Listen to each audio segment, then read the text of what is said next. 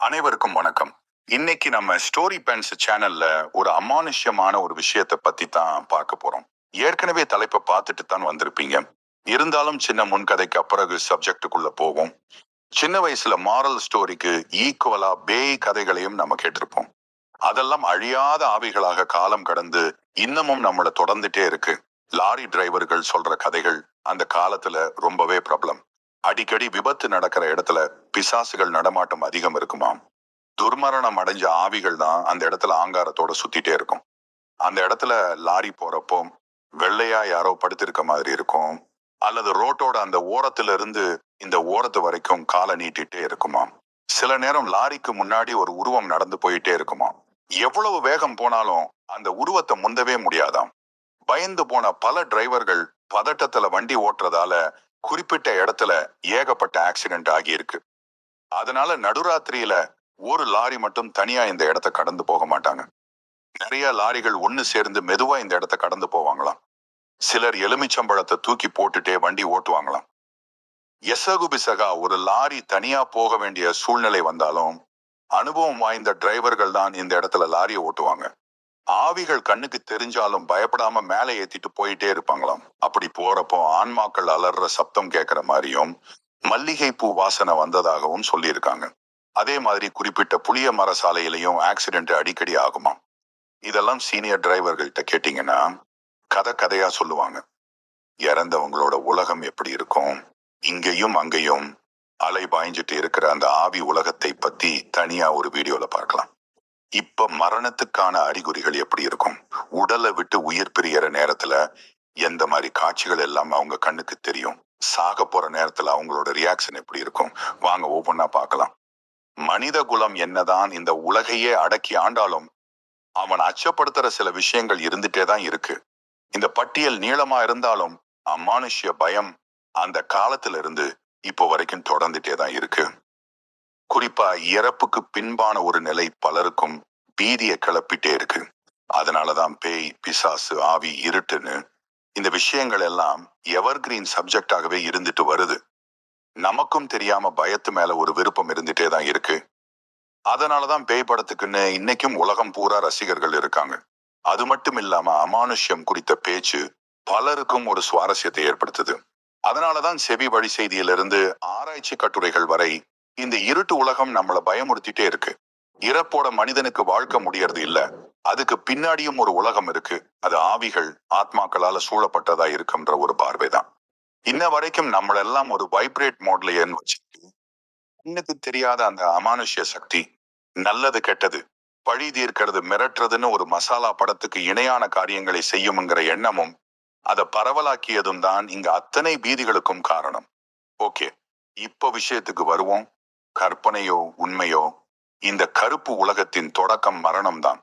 அதனால மரணத்தை நெருங்கும் தருணங்களே பயத்துக்கும் பீதிக்குமான நுழைவாயில்களாக இருக்கு. மரணம் வாழ்வின் ஒரு பகுதி அப்படின்னு சொன்னாலும் இந்த தத்துவத்தை நம்மால ஏத்துக்க முடியல.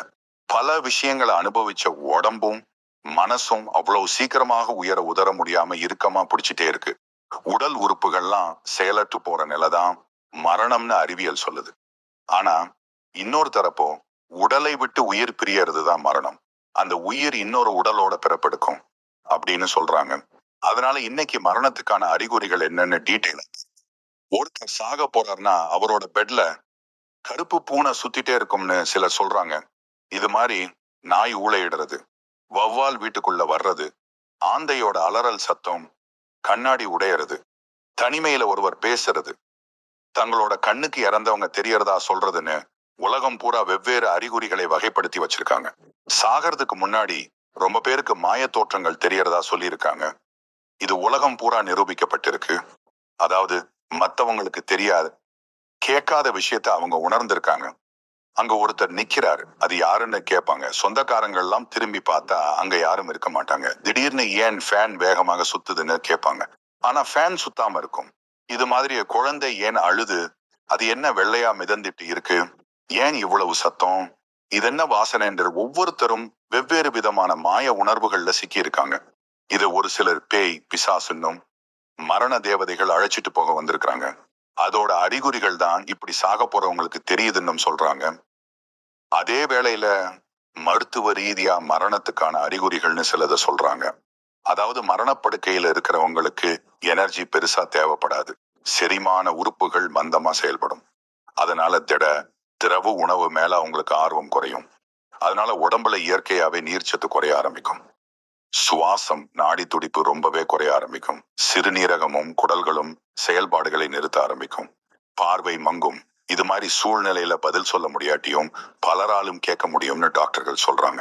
சாக போற நேரத்துல நோயாளிகளுக்கு ஏற்படுற இந்த மாயத் தோற்றம் மருத்துவத்துறைக்கு ஒரு சவாலாவே இருந்துட்டு வருது. இத அமெரிக்க மருத்துவர் கிறிஸ்டோபர் ஆர்வத்தோட ஆராய்ச்சி பண்ண ஆரம்பிச்சாரு. இதுக்கு அவருக்கு தூண்டுகோலா இருந்தது ஒரு மரண நோயாளி தான். 1999 ஏப்ரல் மாதம் இவரோட வாழ்க்கையையே அந்த சம்பவம் மாத்திடுச்சு. இவரோட பெண் நோயாளிகள்ல ஒருத்தர் இன்னும் சில மணி நேரத்துல இறக்கக்கூடிய கண்டிஷன்ல இருந்த சுத்தி அவரோட சொந்தக்காரங்கள்லாம் கவலையோடு நின்னுட்டு இருந்தாங்க. சாக கிடக்கிறார்ல, அந்த நோயாளிகிட்ட இருந்து வித்தியாசமான செய்கைகள் வெளிப்படுது. அதாவது ஒரு குழந்தைய தூக்குற மாதிரி, தொட்டில்ல போடுற மாதிரி, தோல்ல போட்டுக்கிற மாதிரி பாவனை பண்றாங்க. சுத்தி இருந்தவங்களுக்கு ஒண்ணுமே புரியல. பாட்டி என்னடா காத்துல கம்பு சுத்திட்டே இருக்குன்னு பேர பிள்ளைகள் எல்லாம் சிந்திச்சுட்டே இருக்காங்க. மகன்களோ சாகர நேரத்துல இதென்னடா புது குறியீடா இருக்கு, ஒருவேளை புதையல் ரகசியமா இருக்குமோ, மறைச்சு வச்ச சொத்தை நமக்கு சொல்ல முயற்சி பண்ணுதோன்னு ஆளாளுக்கு ஒரு கற்பனையை தட்டி விட்டுட்டு சாக கிடக்கிற அந்த அம்மா முகத்துக்கிட்ட நெருங்கி வர்றாங்க. பாட்ஷா பாணியில எதிரொலிக்கிற குரல்ல, சொல்லுங்க சொல்லுங்க, பாம்பேல நீங்க என்னவா இருந்தீங்க, இப்ப என்ன சொல்ல வர்றீங்க, சொத்தா புதையலாண்டு கோரஸா கேட்க. அந்த அம்மாவோ டேனி டேனி நீ என் ஸ்வீட் ஹனின்னு லேசா ராகத்தோட பாட ஆரம்பிக்கிறாங்க. சுத்தி இருக்கிறவங்களுக்கு ஒண்ணும் புரியல. கோபத்தோட, பாட்டி நீ டூயட் பாடின விஷயத்த பத்திலாம் கேட்கல, எங்களுக்கு தெரியாம சொத்து எதுவும் வாங்கி போட்டு வச்சிருக்கியான்னு கேட்க.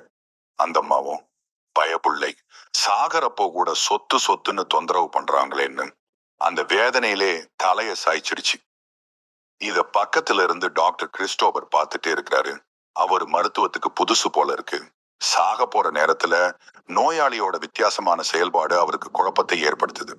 மத்த டாக்டர் நான் ஃபீஸ கட்டிட்டு பாடியை எடுத்துட்டு போங்கன்னு சொல்லிட்டு அடுத்த பேஷண்ட்டை பார்க்க போயிருப்பாங்க. ஆனா கிறிஸ்டோபருக்கு மனசுல என்னவோ தோணிட்டே இருக்கு. மறுநாள் பாடியை வாங்க சொந்தக்காரங்கள்லாம் வர்றாங்க. அதுல இருந்த வயசான ஒருத்தரை தனியா அழைச்சிட்டு போய், டேனின்றது யாரு, சாக போறப்போ அந்த அம்மா இந்த பேரை சொல்லி காத்துல கோலம் போட்டுட்டு இருந்தாங்கன்னு கேட்க, அதுக்கு அவரு ஆமாங்க, அவங்களுக்கு பிறந்த குழந்தை தான் டேனி. பிறந்த சில மாசத்துல இறந்துடுச்சு. முதல் குழந்தைனால ரொம்பவே பாசமா இருந்தாங்க. ஆனா அடுத்தடுத்து குழந்தைகள் பிறந்தனால இந்த விஷயத்த மறந்துட்டாங்க. மத்தவங்களுக்கு இத பத்தி பெருசா தெரியாதுன்னு சொல்றாரு. இத கேட்டதும் நம்ம கிறிஸ்டோபருக்கு ஒன்னும் புரியல. ஸ்டெதஸ்கோப்ப டேபிள்ல கழட்டி வச்சுட்டு ரூமுக்குள்ள போய் சிந்திக்கிறார். சிந்திச்சுட்டே இருக்காரு. பல வருஷத்துக்கு முந்தி நடந்த ஒரு விஷயம் எப்படி சாக போற பாட்டிக்கு மாய தோற்றமாக தெரியுதுன்னு ரொம்பவே சிந்திக்கிறாரு. அது வரைக்கும் பொது மருத்துவராத்தான் அவர் இருந்தார். இந்த சம்பவத்துக்கு பின்னாடி இறக்கிற நோயாளிகளோட செயல்பாடுகளை தெரிஞ்சுக்கணும்னு அது சம்பந்தமான ஆராய்ச்சியில ஈடுபடுறாரு. உலகத்துல முன்னணி நிபுணராகவும் ஆயிடுறார். அவர் இது சம்பந்தமா சில விஷயங்களை சொல்லி இருக்கிறார். அதாவது மரணத்துக்கு சில வாரங்கள் முன்னாடியே இது மாதிரி மாயத்தோற்றங்களும் எண்ணங்களும் உருவாகும். மரணத்தை நெருங்கும் போது இது அதிகமா இருக்கும். சின்ன வயசுல விளையாண்டது, அம்மா அப்பா கூட பேசினது, செல்ல பிராணிகளை வளர்த்ததுன்னு கண்ணுக்கு மாய பிம்பமா தெரியும். அப்போ பேசுற பேச்சு சுத்தி இருக்கிறவங்களால புரிஞ்சுக்க முடியாது. மனசுக்கு பிடிச்சதாவும் மறக்க முடியாத நினைவுகளும் தான் இது மாதிரி பலருக்கும் வரும்னு சொல்லி இருக்கார். 2020 அமெரிக்கால இது சம்பந்தமா மிகப்பெரிய ஆய்வையும் தொடங்கினார். இதுக்காக ஒவ்வொரு ஹாஸ்பிட்டலாவில் அங்க சாக கிடக்கிற நோயாளிகள் இருப்பாங்க இல்லையா, அவங்க பக்கத்துல உட்கார்ந்துட்டு அவங்களோட கடைசி நேர செயல்பாட்டை ஆய்வு பண்ணிட்டே இருந்திருக்காரு. அங்க இருக்கிற தேசிய மருத்துவ நூலகம் அப்புறம் பல அறிவியல் ஆய்விதழ்கள்ல இதை வெளியிட்டாரு. கிறிஸ்டோபர் இப்போது நியூயார்க் மாநிலத்தில மரண வலி தணிப்பு சிகிச்சை பிரிவுல தலைமை நிர்வாகியாக இருக்கார். இவரோட ஆராய்ச்சிகள் 2020 வெளியிடப்பட்டு 10 மொழிகள்ல டிரான்ஸ்லேட் பண்ணியிருக்காங்க. அதுல சில விஷயங்களை மட்டும் பார்ப்போம். சாக போற நேரத்துல பலரும் எந்த சிரமத்தையும் உணர்றதில்ல. உணர்வுகளால் ஆட்பட்டு சாகுறாங்க. பெரும்பாலும் நிகழ்காலத்திலிருந்து பலரும் பின்னோக்கி போயிடுறாங்க. அது மரண நேரத்துல அவங்களுக்கு ஆறுதலா இருக்கிறதா சொல்லி இருக்கிறார். சில பேர் பெரிய குற்றம் துரோகம் செஞ்சிருக்கலாம். அதுக்காக அந்த நேரத்துல அவங்களோட குற்ற உணர்வு வருத்தத்தோடையே மரணிக்குது. மரணத்தின் இறுதிக்கட்ட நிலை ஏறத்தாழ சித்தபிரமை மாதிரி இருக்கும். சுத்தி இருக்கிறவங்களையோ சொந்தக்காரங்களை பத்தியோ எதுவும் புரியாது. பல வருஷத்துக்கு முன்னாடி செத்து போன உறவுகள் அவங்க கண்ணுக்கு தெரியுமா? இது மாதிரியான அவரோட ஆராய்ச்சியை மருத்துவத்துறை பெருசா கண்டுக்கல. வைத்தியம் பார்த்தோமா, பணத்தை வாங்கினோமான்னு இல்லாம அது என்ன பைசாவுக்கு பிரயோஜனம் இல்லாத மரண ஆராய்ச்சின்னு இவர் கேலியாவே பார்த்துச்சு. ஆனா மரணத்தின் கடைசி தருணம் எப்படி இருக்கும்னு ஆர்வமா இருக்கிறவங்க இவரோட ஆராய்ச்சியை பாராட்டிட்டே தான் இருக்காங்க. முன்ன பின்ன செத்தாதான சுடுகாடு தெரியும்னு ஒரு பழமொழி சொல்லுவாங்க. அது இந்த விஷயத்துக்கு பொருத்தமா இருக்கு. ஓகே வியூவர்ஸ், நம்ம சேனலை இதுவரைக்கும் சப்ஸ்கிரைப் பண்ணாதவங்க சப்ஸ்கிரைப் பண்ணிக்கோங்க. சப்ஸ்கிரைப் பண்ணவங்க லைக் ஷேர் கமெண்ட்னு உங்க கைவரிசையை காட்டிட்டு போங்க. Okay bye.